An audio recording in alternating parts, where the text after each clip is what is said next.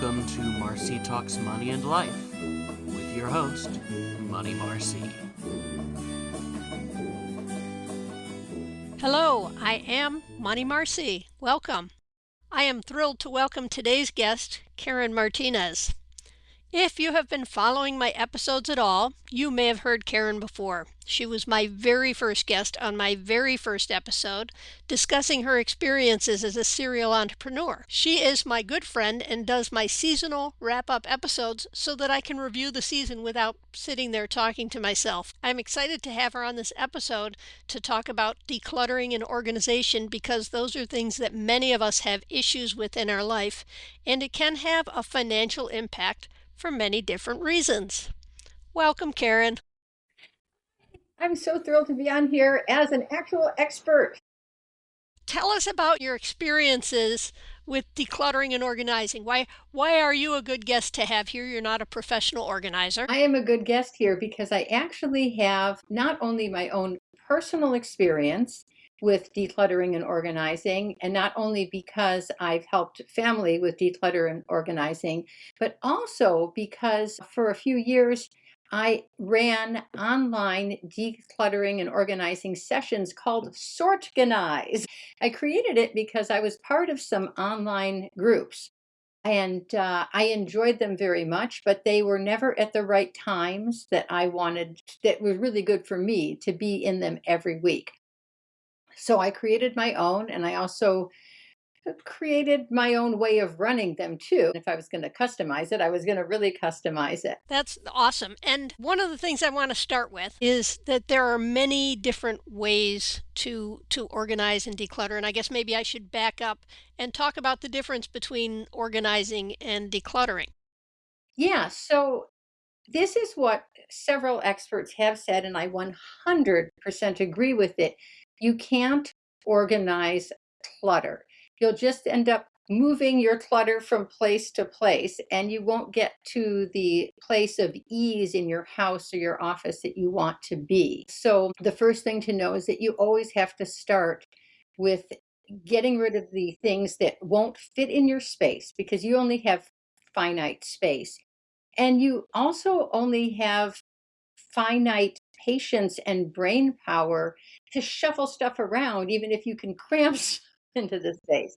So decluttering always has to come first. Organizing comes after that. And I'm going to say this, your organization needs will change over time. So if you're listening to this and thinking, it all used to work so well for me, why is it not working now? It's because your needs for the way your space and your things and your records have changed.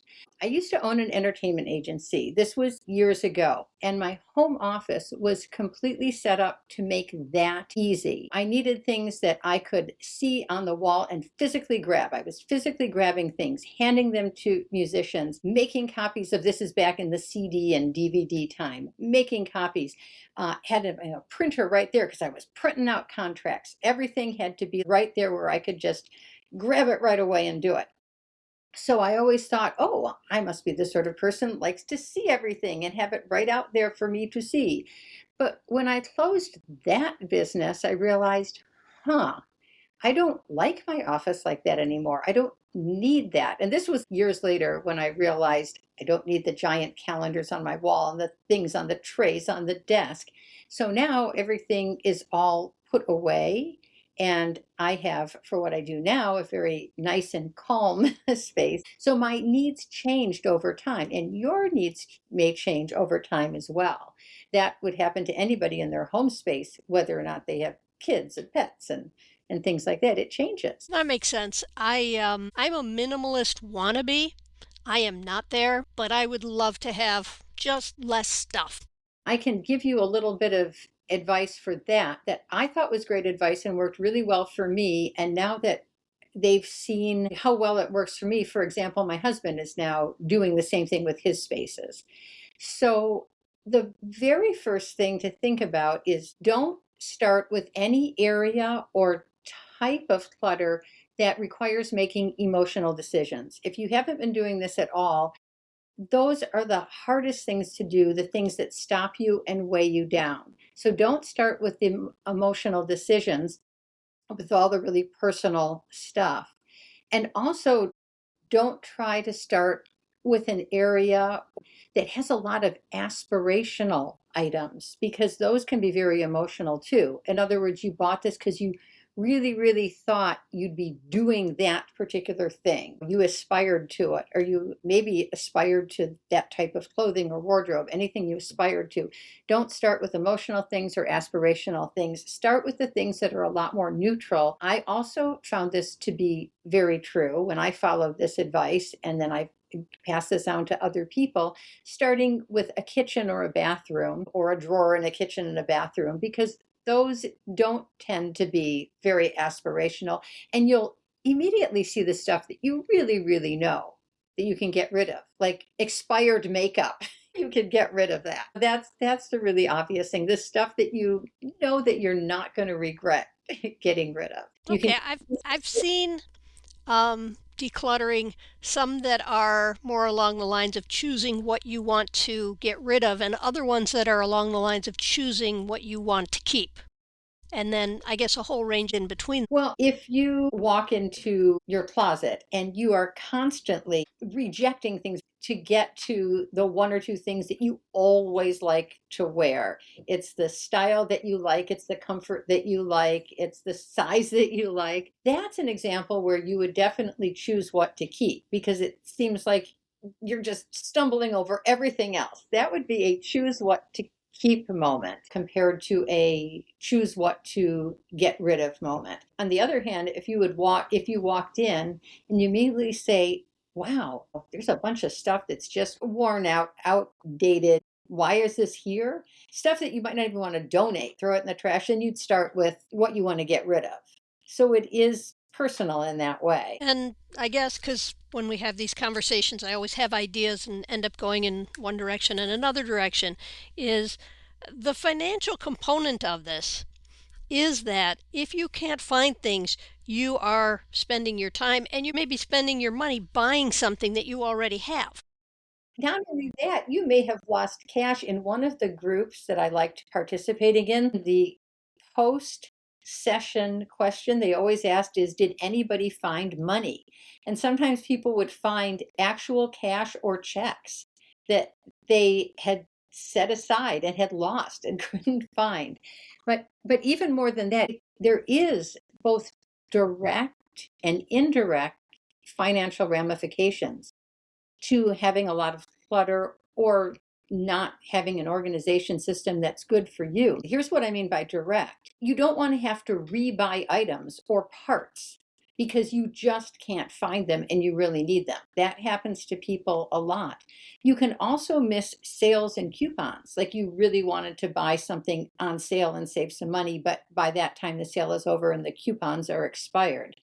Other things that really impact your budget: food that's gone bad in your fridge or your pantry, not knowing what's in your fridge. So you're scrambling and saying, oh, I could make dinner. Oh, no, maybe I can't. And then you end up ordering in when you really could have made the thing because you don't know what's in the fridge and the pantry. Or still sometimes happen to us, not knowing or remembering when something is broken. And then you need it right away and you can't wait to take it to the repair shop. So you're buying something new.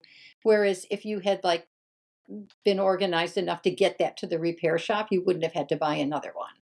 That's the direct line between this thing and actual money coming out of your bank account.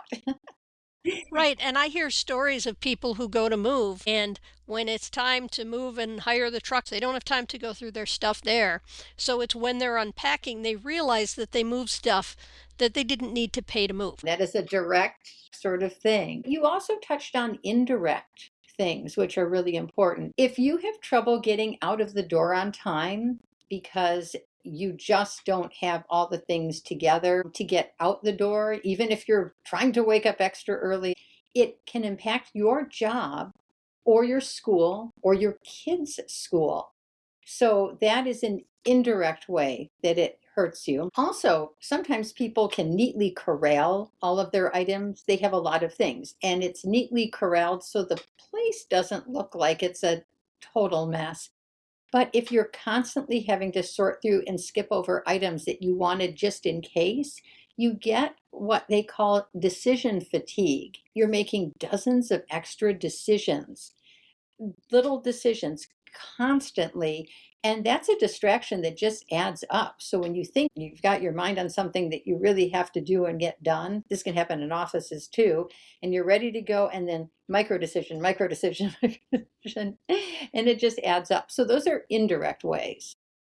Yeah, and the indirect ways build to direct ways, because then you walk out the door and you're already frustrated, Mhm. and you'll just, here, take my money, just fix whatever things you can fix.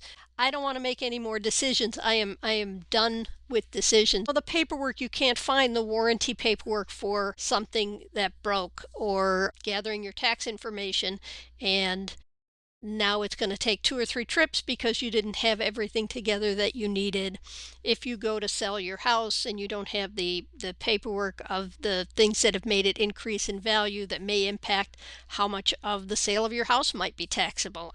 Organization adds up in so many different ways Mhm. that we don't even realize, because then it impacts other decisions. So now you're running back and forth. All these things add up. It's going back to the grocery store because you thought you had a can of diced tomatoes, but you really only have tomato sauce. Diced tomatoes, and they're expired. I thought I had it, but I didn't check the dates, or I didn't put them away with the new things in the back. Right. Let's pause for a quick break. Since it's the Money Marcy show, I actually need to tell you something that I and other people have found frustrating when they're trying to get help for taxes. So since you are a CPA, I'll turn this back on you. There are so many people that their financial paperwork is very disorganized, and they say, okay, now I really have to hire an accountant. I can't do this by myself anymore. I really need help.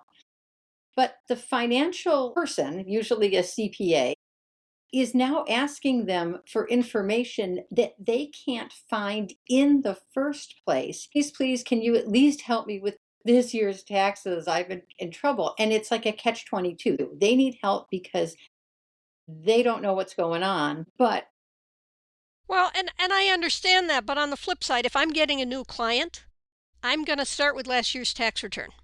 Mhm. So if they have last year's tax return, which they probably can find, because you can get that still online, correct? You can request from the IRS, but that does take a period of time. So we're recording this in January. It will probably post live sometime in February. At this point in time, hopefully you already have made contact with your accountant. If it's your regular accountant, they kind of know when to expect you and have already reached out with their paperwork. The people with a bad disorganization problem haven't. So, of course, it's always better to get it done, even if it's late. So, if you cannot find last year's tax return, get it, request it, and everything, because that seems to be the minimum that a CPA would need to help you, Right, correct? because we need to kind of know what's going on. We don't want to file a tax return for you that misses a lot of information that we would have been aware of, questions we would have known to ask if Mhm. we'd have started with last year's tax return. That said, sometimes there are reasons it's totally not available, and I'm going to have you sign an engagement letter that says, I'm doing the best I can with the information you give me, but you're taking responsibility for what you give me, as well as you're ultimately signing off that yes, this has everything it's supposed to have. Mhm. I'm an accountant, not a magician. There's personal responsibility. I've had people reach out to me, hey, I haven't filed in a couple of years. I want to do something. And I'll say, okay, great. Let's set up a meeting. Okay, well, I'll get back to you as soon as I get my calendar. And then they never get back to me. Or they'll Ah, get back to me 3 months later. Okay, when can you see me? Well, here's what I can do. Okay, I'll get back to you. And they don't. And I have had a couple of clients, very short-lived clients with me, that were expecting me to babysit them and keep calling them back. Oh, right, and here's another piece of paper. Oh, and here's another piece of paper. And I can't bill them enough, and they won't pay enough for what it would take for me to be their babysitter to get that. So there has to be some personal responsibility. That said, you can always find someone that will work with you, whether it's the level of what you want, whether you're talking about a CPA or an enrolled agent or one of the franchises that offer tax preparation, or whether you're going online, and you're getting tax software to do your own. There has to be personal responsibility. We all understand that nobody is perfect in the organization and in everything else, but we can only do so much. So what you're saying though is that you can, if you have your hands on last year's tax return, at the very least, you might be able to have somebody that can help you, because otherwise, and I've seen this personally in all of these groups that I've been part of, people that are just completely adrift and need to know where to start. So that is a place to start. And one thing is that everybody, even if you haven't kept good records, if you have a bank account, everything for the past at least 5 years will be online there for your bank account. If not online, you can request Mhm. information from your bank account. You can request W-2s from whatever year from your employer. People do that all the time. People have those W-2s because they haven't had a chance to lose them. Well, I'm talking about if someone says, hey, I haven't filed in a few years and I can't find anything in the mess, you can call up your employer, your prior employer, and say, hey, I need my 2022 W-2. And they'll get it. That doesn't mean they'll get it immediately. That doesn't mean how fast it will happen, but that information is available if you need to get it. And ultimately, whether you prepare it yourself or not, you are responsible for the information on your tax return and including everything that should be there. Well, let's talk about then paper organization or digital file organization. It doesn't matter if it's paper or digital files, because you still have to have that information and find that information. I called my group Sortganize because sorting comes naturally to me. A lot of people are dealing with a pile of paper. And the best way that I found to handle that is to go from the macro to the micro, from the large categories to the small ones. Some things are never going to need small categories, but some are. Don't feel bad if you're tossing certain types of information just into big boxes that later you'll go through and separate it more, and then later you'll go through and separate it more. That's a perfectly valid thing to do. You don't have to get it all done right away the way you might see it on a TV show. People will get really behind with their health insurance stuff and their bank stuff and the warranty stuff. So you might have house things, bank things, car things, and then later you'll divide it between the cars that were in your house and the different people's bank accounts and the different health things. So you can go from big to small. First of all, that might make people feel much better about it. And then you can also ask yourself, this is really important. Do you really struggle to find all of your information and records, or are some easier for you to find than others? Are there some things that you always can grab and other things that you just struggle with?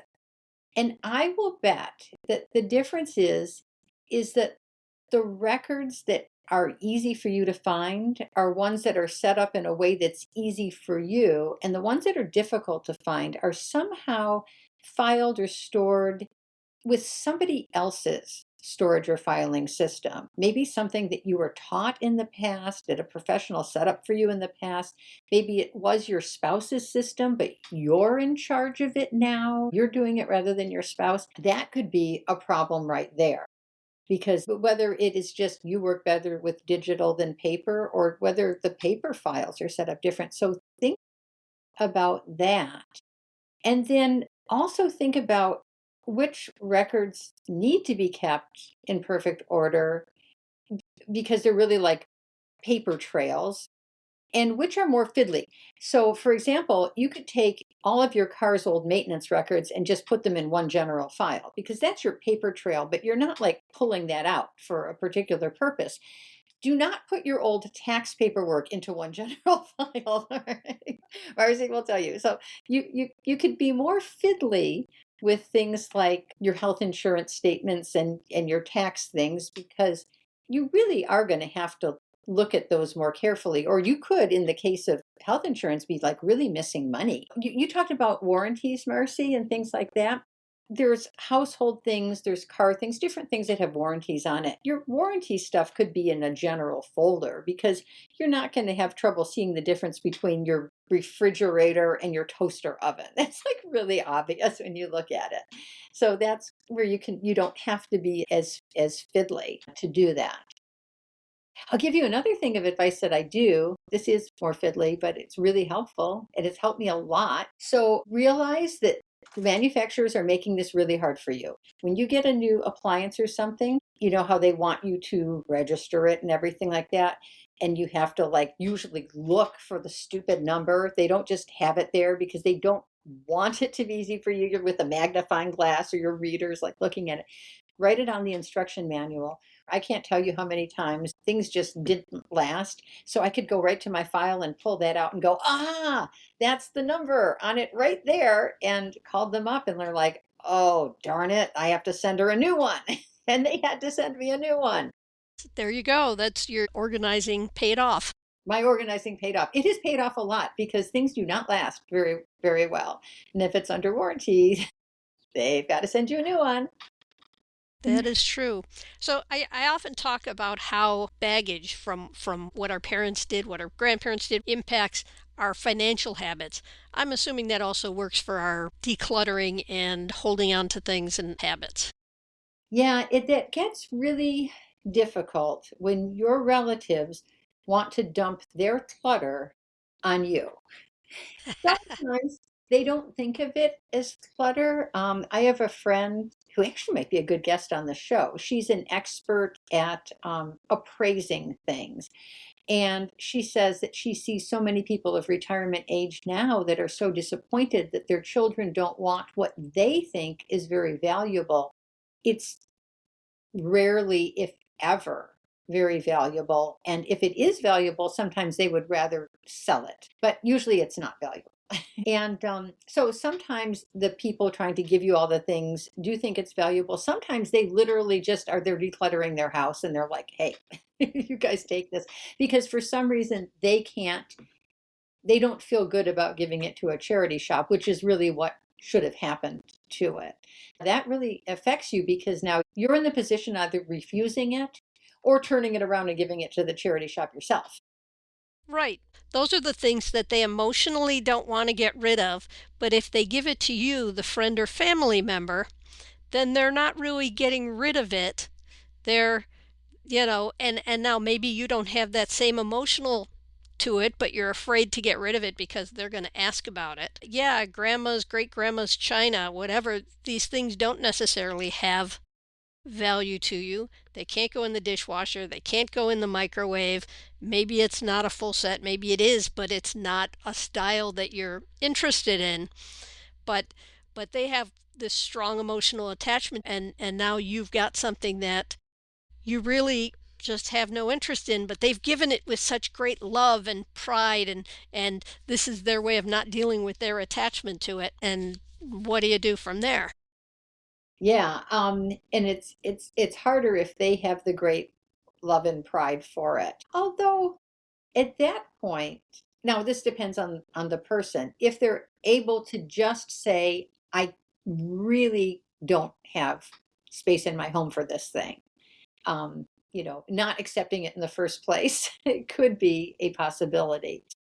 But that you're describing like one of the most difficult things that there is. Sometimes too, it's difficult even if the relatives have gone and you're like, why do I have this thing? People have trouble letting go even then sometimes. But the most important thing is that usually you have something that does fit into your life that is a great memento of the person. It doesn't have to be a piece of furniture. And it doesn't have to be all of the things that they give you. Yeah. So this is where I'm going to bring, and I'm going to mispronounce this terribly, so I apologize to anyone Swedish out there. Dostadning, which is Swedish death cleaning.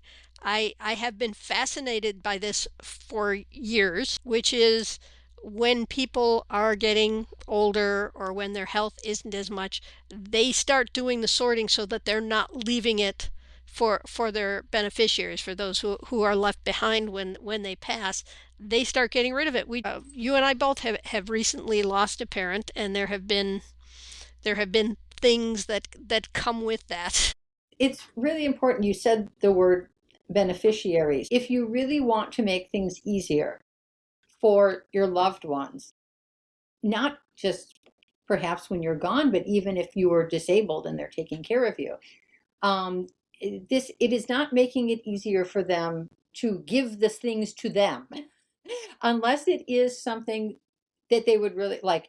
I better give this jewelry to my daughter now before things get crazy later. That's one thing, but generally, no. This is getting it away so that they don't have to deal with it like you may have dealt with it with your parents and everything. I'm going to circle back to some different types of paperwork and things. If people that are listening to this have made an estate plan or they have a trust or anything like that, that information, that paperwork, and those ways of storing it are super helpful to whoever is handling your affairs. Again, not just after you've gone, not just the executor of your estate, but children or spouse who are taking care of you if you're incapacitated. And that is, if you're wondering, how do I organize that paperwork? You can look at that and say, oh, look at the way they have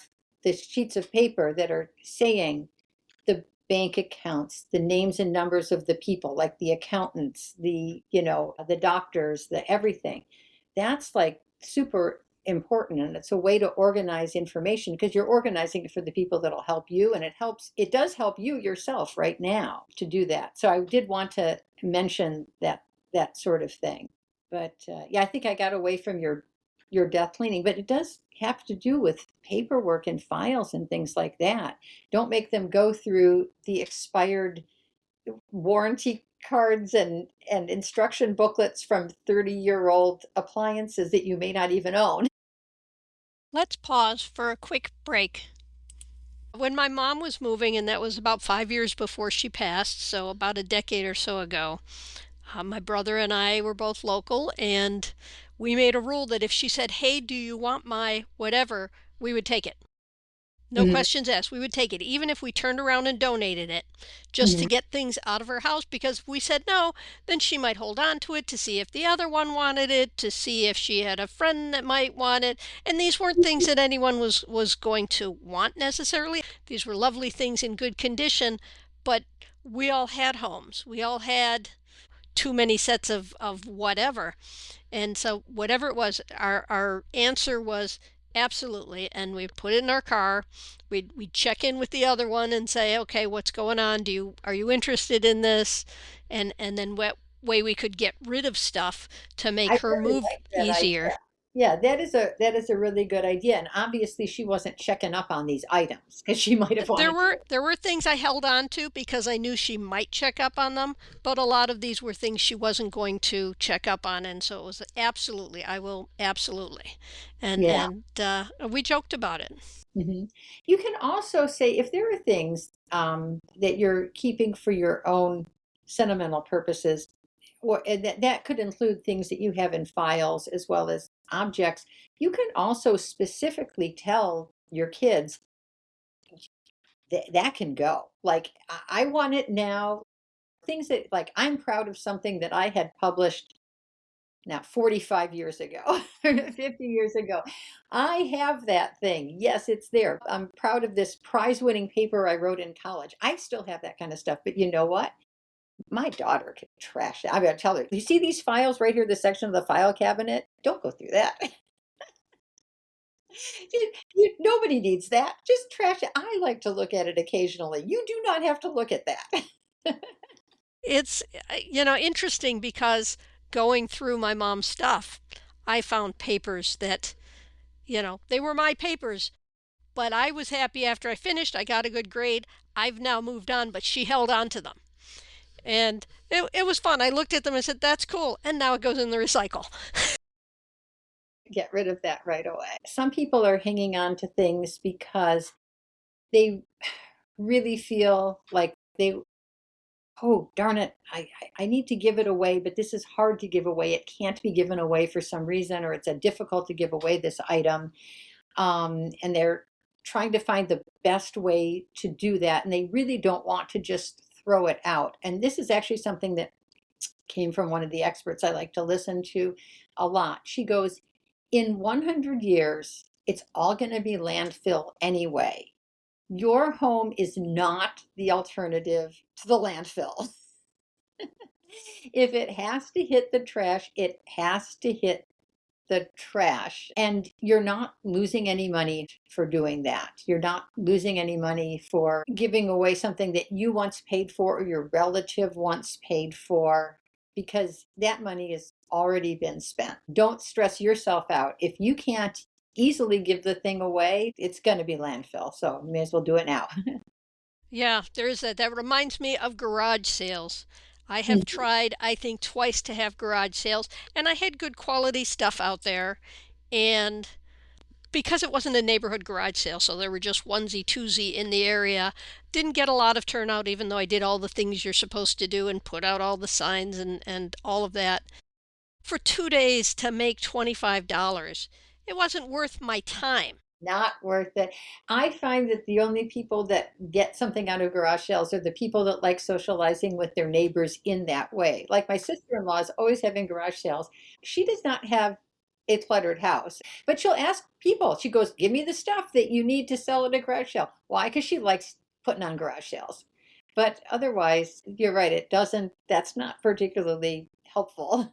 Right, I even had the things you're supposed to have. I had gently worn kids' things, I had some kids' toys, I had all kinds of things. And when you've got the neighborhood garage sales where you've got 50 houses in a neighborhood that are having a garage sale, you're going to get the foot traffic and you'll be able to get rid of stuff. But you have to consider the value of your time Mhm. versus the small amount you're going to get for this. Don't be so sure because I paid $50 for this 10 years ago and I've used it for 8 of those years and finally decided I haven't been using it anymore, that it still has dollar value to me in it, because Value. there's your time to get that where it might give you a buck back. I do have a suggestion, and I think you know about this too. On Facebook, there is a national network of groups called Buy Nothing for people that have something to give away or even something to loan. They keep it usually within a couple of square miles. That's really great. You get to actually know some of the people in the group sometimes. So if you say, I have this thing, sometimes there are people that need it. You don't need it, but for them, they don't have to buy the thing. They just come right to your house and get it. I love my Buy Nothing group and I love my Free Cycle group. I have things that I want to get rid of and I can post them there. And sometimes I'll need some odd little thing that I know I don't really want to go out and buy, and someone might have. And I Mhm. have posted asking for something, and sometimes someone has it, and I don't have to go out and spend whatever. I just have to run to their house and pick it up.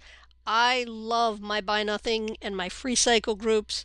They are the best for just getting rid of things or getting odd things you need. So there were so many things to talk about, but was there stuff that you especially wanted to know about, whether it's physical items or paperwork items or? I think we've probably covered the bulk of anything. I was going to ask you if there was anything you wanted to cover that we hadn't mentioned yet. I'm looking through my notes here to see, oh, here's something that's actually pretty important. If you feel like just have way too much stuff, too much clutter, and you really want to do something about it, and you're able to start small, I would suggest starting small. Sometimes once you start and saying these things are going to go, you'll be surprised by how much you're like, what is this? But sometimes you really, for reasons of your life, have to start with a particularly large or stuffed area. You may have somebody that's going to come to live with you in your house, or something big is going to happen, and you really have to tackle something like that. You can't just say, I'm going to build up my skills by starting with a drawer. So if you have to do a large or a particularly stuffed area, please start prepared.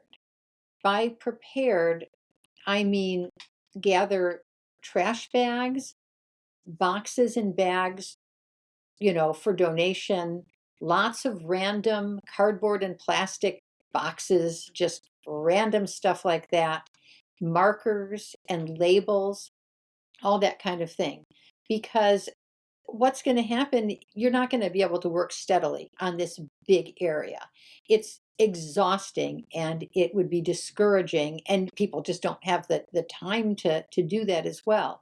So that means that in addition to things that have to leave your house, you have things that you're really going to keep, but you're not going to just stuff them back on the shelf or back in the drawer. That has to have a place to be while you go through the entire area and then maybe clean the entire area. So be prepared with all of this stuff in advance so you don't have to run out and be getting these things, and have them in the room with you, like the trash bags and things like that. And then keep your things in the ugly cardboard and plastic boxes until you have a better idea of how your newly cleared space will actually work. And also, some of those things may work in other parts of your house, and you may have a thing to do. It's not good to buy nice organizational things right away, because that could be a real waste of money if it's not going to work for you. And, even things like, are they clear or are they opaque, or the size and how you do things. Keep things, in the icky stuff until you figure out. Because I do have to say one thing: there are people that will say that you can't buy your way out of disorganization, which is true in one way. But on the other, I have to say that I have never regretted the nice home edit drawers and bins and stuff that I bought. And I followed the advice, and I didn't buy all of that stuff right away. And I know that not everybody can afford that. But I have to say that once I was really making really great headway, and everything was much better, not just where you can see, but in my cupboards and drawers and everything like that. After I got to that space, I didn't regret those purchases, probably because I didn't make them right away. So eventually you can have things that look nice. Just wait to have the things that look nice. Wait until you know what your organization style and needs are.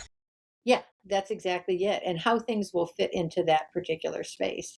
You may end up like swapping out furniture and things like that. Like, why am I doing it with this weird thing when I really need a file cabinet? What is canary chat?